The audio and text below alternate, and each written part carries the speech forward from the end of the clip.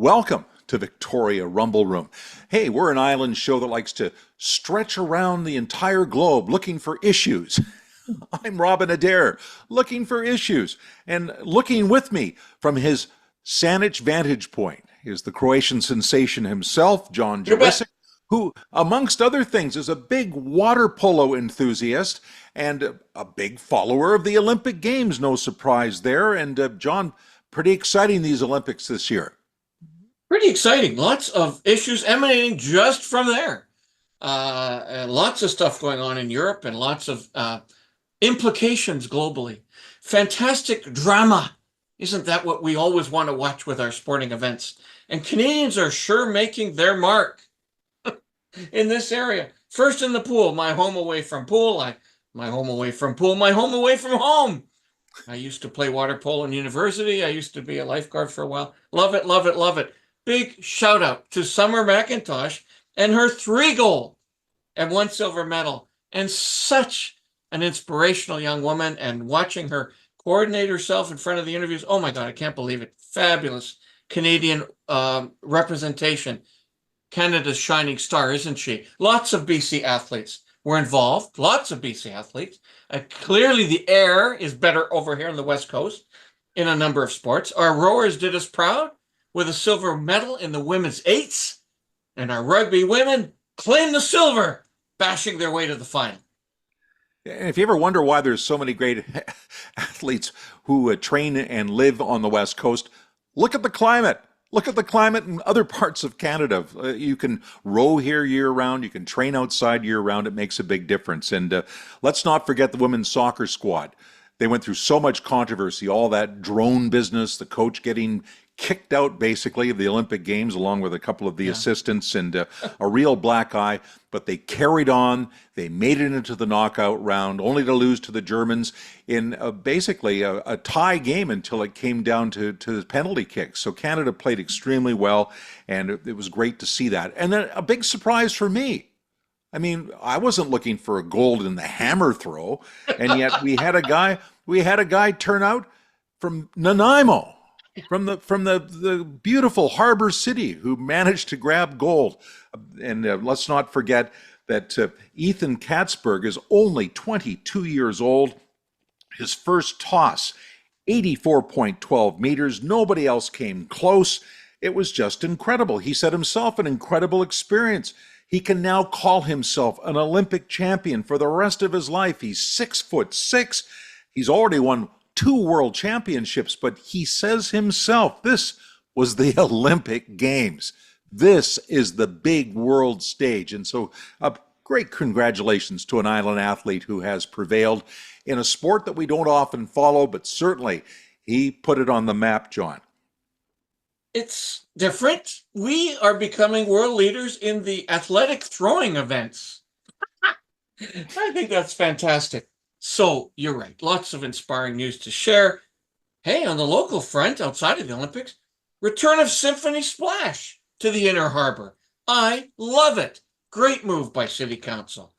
After being canceled when the pandemic hit, the city has recently approved 250 grand to bring this classic event back for the BC Day long weekend next summer.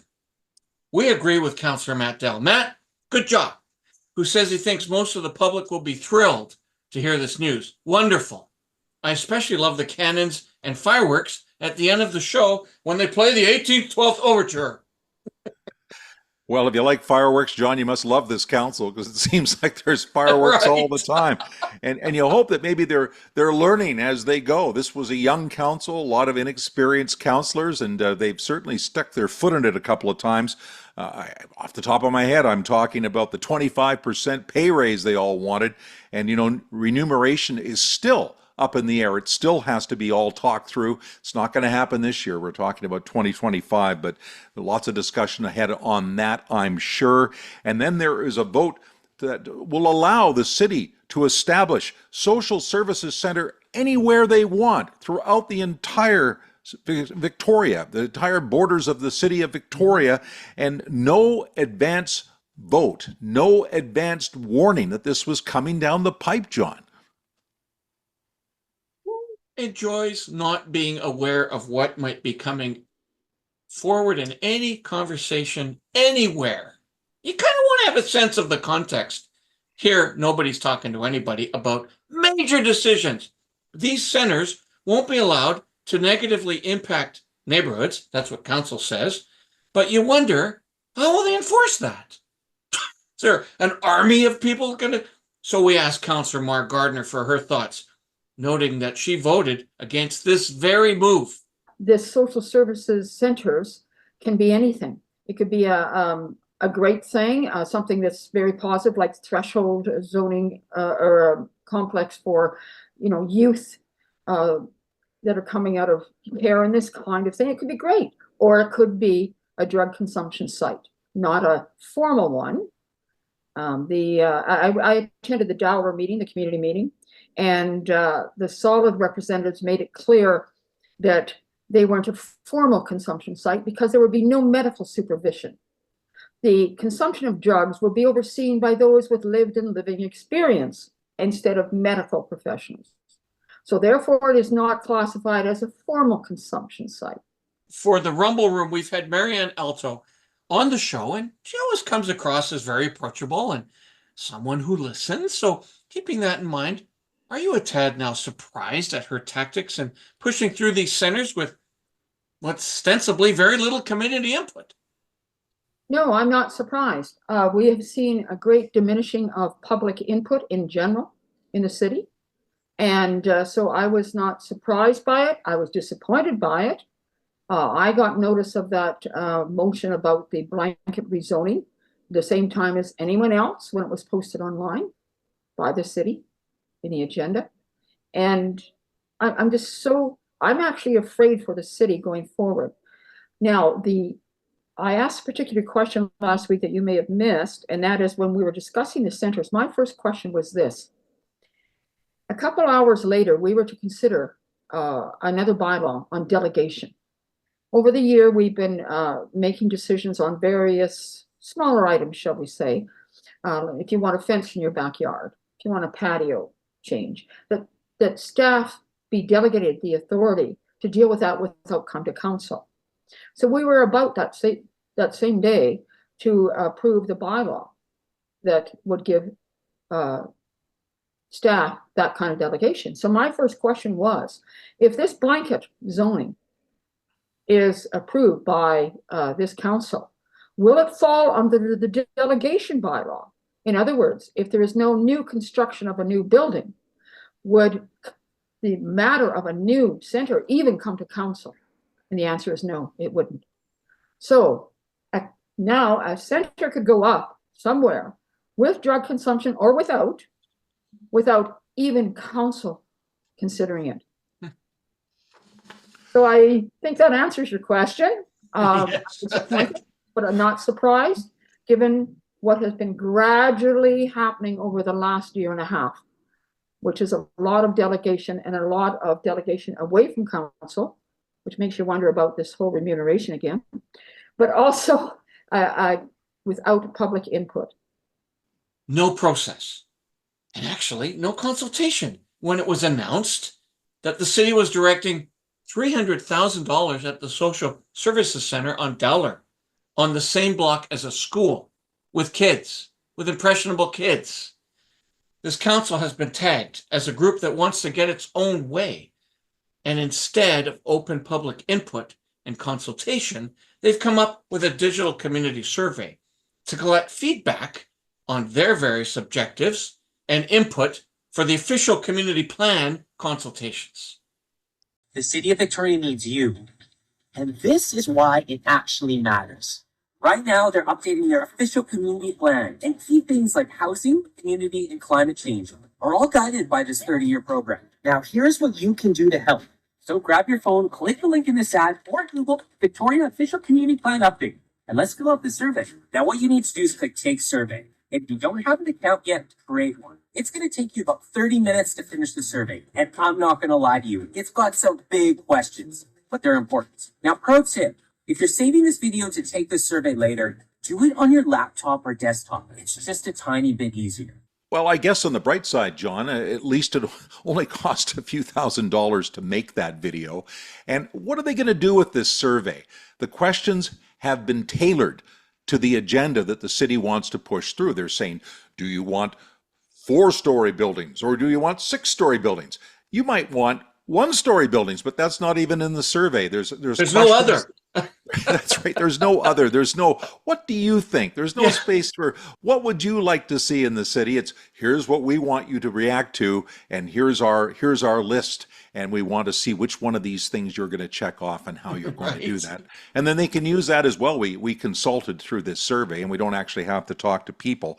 And, I really think that is not a good approach. And some of these other approaches, it feels like trial balloons going up. For example, we had the situation where the Bay Street Armory was being talked about as a possible place to put the homeless and have homeless services, because it was suggested by Councillor Cardiner that the Bay Street Armory wasn't being adequately used right now, that it was largely empty, which I think a lot of people in the Canadian CSCOT-R, the Canadian Scottish Regiment, would take great umbrage at. We did have a note from one of our many viewers, as Jeff writes, the Canadian military has been robbed by left-leaning politicians, and now we have Councillor Cardiner wanting to offload a mess his council is responsible for. Typical. Great comment. Sure, we'll have many more gifts that keep on giving from our civic leaders, but let's again shift the discussion, Robin. Everywhere you look around the province, especially in our larger centers, there are cranes, there's building, there's construction, all kinds of stuff. But some of these projects are now taking a very long time to complete because the costs keep going up and they can't find the workers in the trades to complete the job. So what is the situation on the ground, John? Well, we thought we would again turn to the CEO of the Victoria Residential Builders Association for all the answers. Casey Edge is on the edge of joining us. Let's zoom him in. And back with us again in the Rumble Room, one of our favorite guests. Favorite. Of course, the list is long, but he's maybe close to the very top of it, is Casey Edge. Great to have you back on the show. Always glad to be here, guys. Right on. And, the government keeps making promises all the time, Casey, about more low-cost housing. And we see all sorts of buildings going up and buildings being worked on. What's really happening on the ground, in your opinion, in terms of delivering on all this low-cost housing that's being promised? Well, all of these issues raised by the government are often just distractions from the reality that supply was obstructed by 3 levels of government getting fees, slowing approvals, all those kinds of things. So now they introduce all these targets and this and that, which is really just a way to obstruct the public, the voters, we have an election coming up, from the realities of the market. So what's happening in housing right now is we're in Greater Victoria, we're 5% up in terms of housing starts from January to June versus last year. But then again, if you study this stuff, you'll see that January to May, we were 20% up. Now we're only 5% up. So we'll see what happens. I think there is a slowing in the market. And despite all of these wonderful things that right. Well, that's a great segue for me.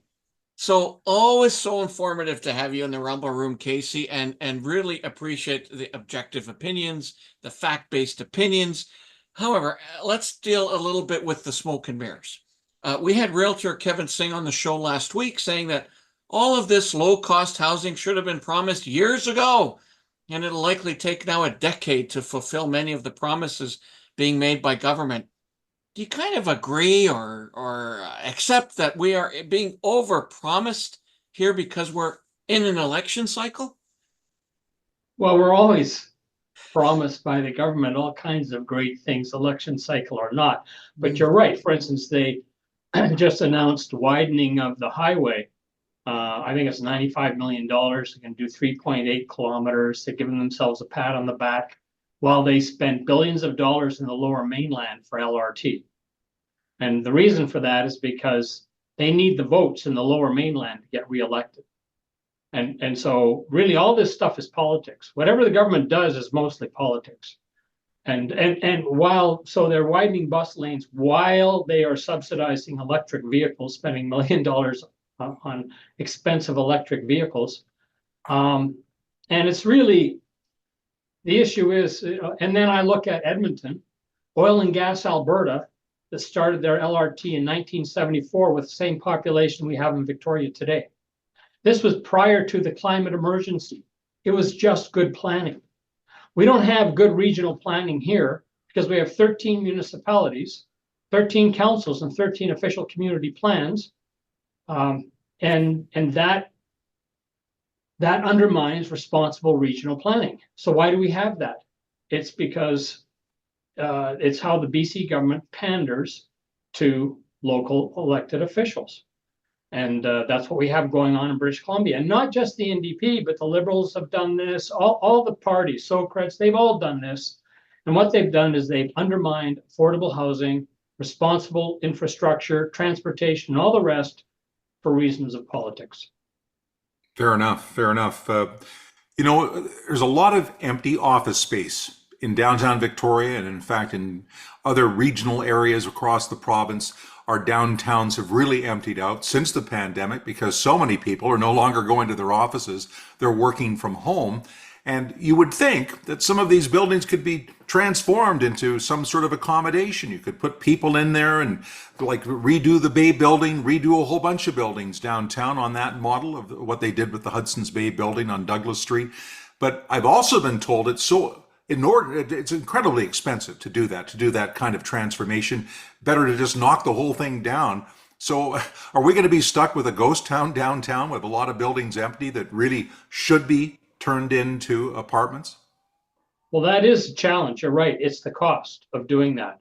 And my understanding, it has been done in Calgary and is being done in Calgary because the city of Calgary provides massive subsidies to make that happen. So at the end of the day, in order to develop anything, the numbers have to work. And in order to make those numbers work, probably the government's going to have to step up like the city of Calgary has done and assist the redevelopment of those buildings. All right, let's get on to another topic of interest to your group and community, foreign workers. Particularly construction workers from, let's say, Mexico, the Southern Hemisphere. During the height of COVID, we heard many foreign voices, Spanish voices at work sites, but now the feds have what seems to be deliberately shut down and to some degree blaming foreigners for a lot of our ills, which I find, anyway, that's for another day.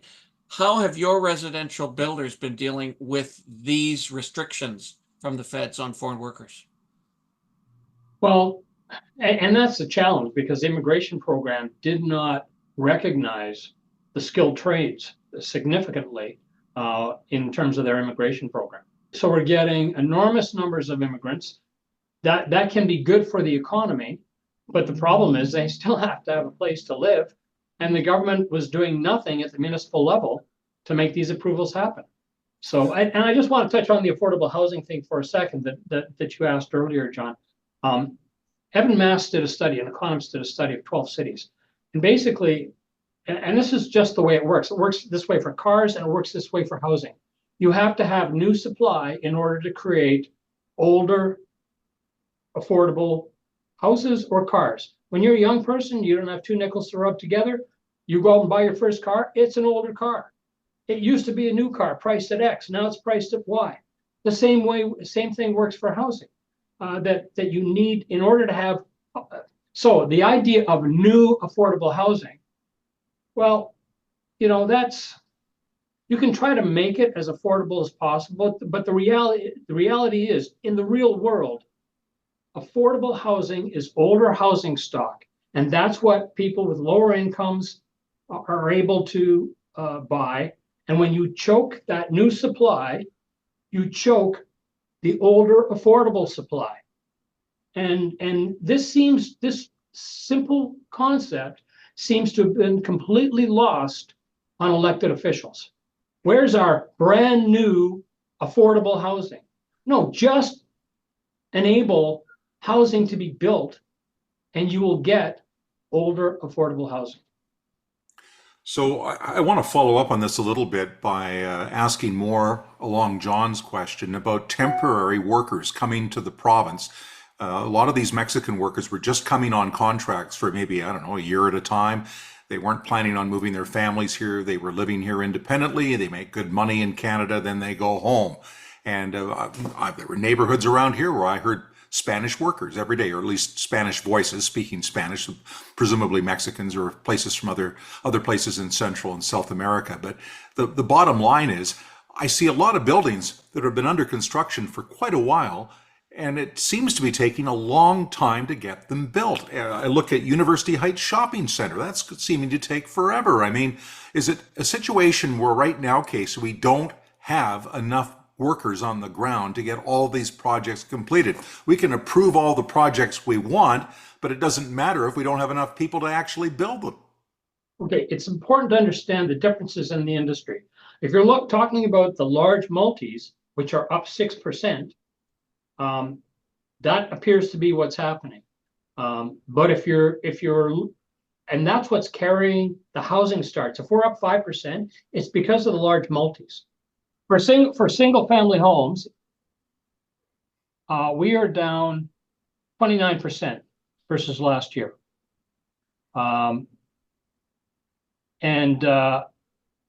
compared with 2021, we're down 69% for single family homes. There is a big slowdown happening in the single family home market. I'm just surprised, Casey, that your organization and other organizations like yours across the country aren't marching to Ottawa and Victoria and wherever else and saying, if you want all these programs, you got to get us more workers. It's got to happen now. And it's all well and fine to make all these promises, but you're not going to fulfill them because we don't have enough people to do the work on the ground. And, there's been a lot of advocacy around that, but nobody's listening. If you're motivated by votes, you just don't look. Here's an example. The BC government talks about boosting skilled trades. Oh, this is what we're doing for skilled trade. We need more skill. How are you going to build all these? They promised all these homes. Well, who's going to build them? You're right. The skilled trades have to build them. So you have to have an immigration program that prioritizes skilled trades, but also you have to fund apprenticeship programs. Well, the BC government has a flat funding over the next number of years for apprenticeship, for skilled trades. They're not increasing the financing, the funding for skilled trades in this province. Well, how do you expect? You're promising all these thousands and thousands of new homes, but you're not funding the apprenticeship programs to accommodate that. Well, who looks at that? Is the public aware of that? No. So actually, you're talking to probably the most vocal industry association in the country. We're pretty vocal. Other industry associations, frankly, could take a lesson from what the VRBA does. Casey, lots of political noise around the B&B situation, and that the stock left with purchasers is not moving. They're not selling. They can't rent. How is that impacting the marketplace? And is in fact that's what's going on? These things aren't moving. So this was another red herring that the government threw out there. Short-term rentals, that's what you're talking about. So the government's spin over the past several years was, well, if we just raise taxes, add this tax, add that tax, we'll get more housing affordability. Well, of course, it was nonsense and it didn't work. So then they trotted out short-term rentals are the problem, and it's all nonsense. It's all, again, the government keeps throwing out, here's another target, to distract. Here's another red herring to distract the voters from the real issues, and so now it's short-term rentals. So the Conference Board of Canada and Stats Canada just came out with their own study showing that short-term rentals may have negligible impact on supplying the housing market. It's nonsense. It's junk. And what they've done is they've created these problems for people who own these properties. It's exasperating to listen to these politicians talk about, first of all, stuff they know nothing about, Second of all, because they're only really interested in getting elected, not really dealing with the housing crisis. And then we do our best to try to educate the public and the media with respect to what the real issues are. At the end of the day, this is it. Municipalities, provincial and federal governments tell builders where and what to build through zoning, when to build through permit approvals, how to build through the building code, and how much revenue that they require from GST, property transfer tax, DCCs, and all that stuff. They control the market. They act like they don't, but they do, and they have for decades.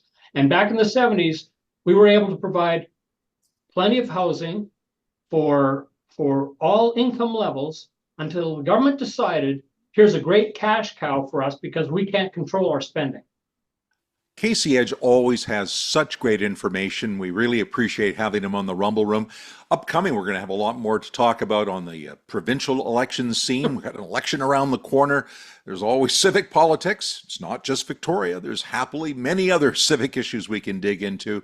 Federal and south of the line, things have really heated up as we move towards November and the presidential races in the United States. And Kamala Harris has come around to naming her running mate. He's the governor of Minnesota, Tim Walz, and we'll be looking more deeply into all of that with a political scientist just retired from the University of Wyoming. Looking forward to hearing more about the American election scene and maybe how it impacts things in Canada, because let's face it, every time something happens in the US, it's like the elephant rolling over the mouse in Canada. We always feel it.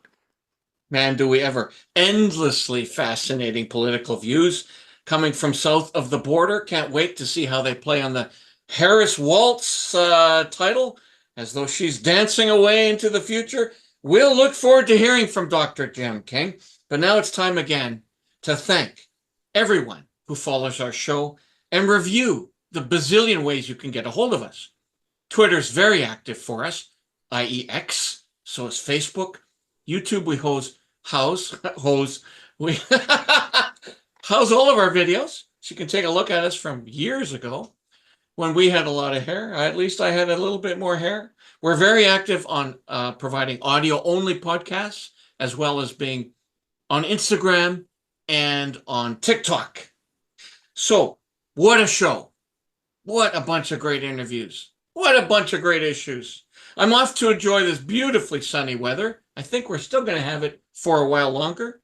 And enjoy the dog days of summer, which we're slowly slipping into. I'm John Jurisic, and I'll see you, Robin, on the Galloping Goose Bikeway. And of course, the Galloping Goose, I think of that, John, I always think of that as an analogy, in your case, for the hammock. I'm Robin Adair, and rumble on.